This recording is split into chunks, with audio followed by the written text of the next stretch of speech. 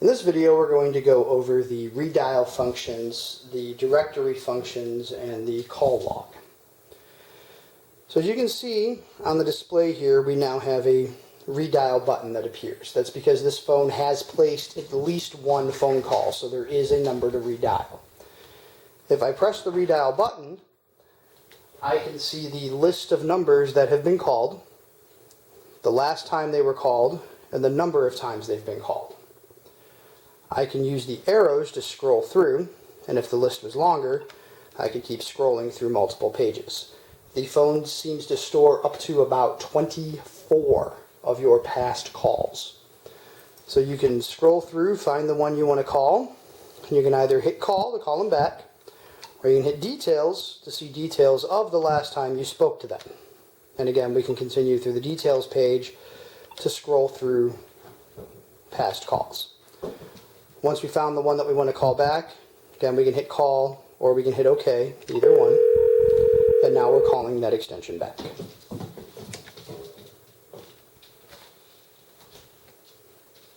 Now, the call history button is right here above the number 3 on this phone.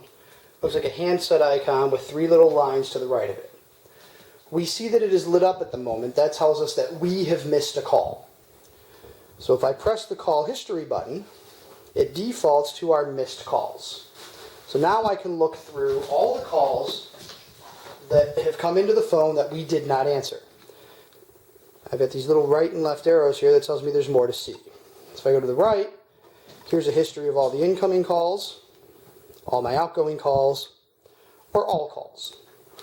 Now you'll notice this was a missed call that came in. It did not show up in the incoming list. That is because we did not answer the call.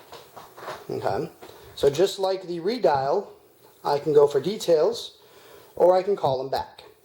I can also delete it.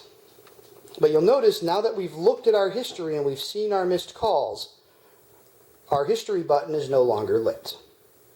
At any time, if I'm in one of these submenus and I want to go back to the main phone screen, I can press the phone button, which is also acts as your exit.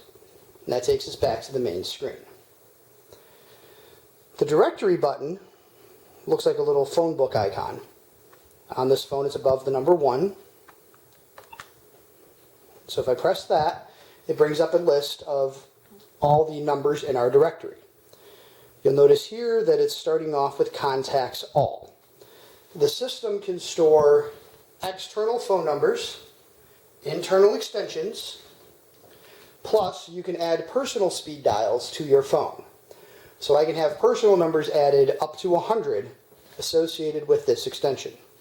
So right now, if I just start typing, it's going to search through all of those. So if I press M, you see here I've got an option for main, which is a hunt group, or Mary, which is an extension. And I can keep spelling it out if I have multiple users, so I can keep, M-A-R will narrow it down. In fact, let's do that. M-A-R.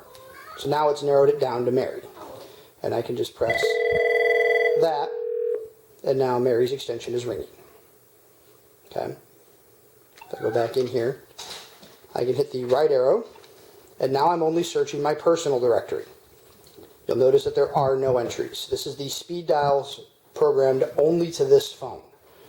I do have the option to add a new one. So once I hit that, I can type in a name. You'll notice I hit the number 2 and it went to A. If I want the letter B, I've got to hit the number 2 twice. If I want, let's see. If I want an I, I've got to hit the number 4 3 times.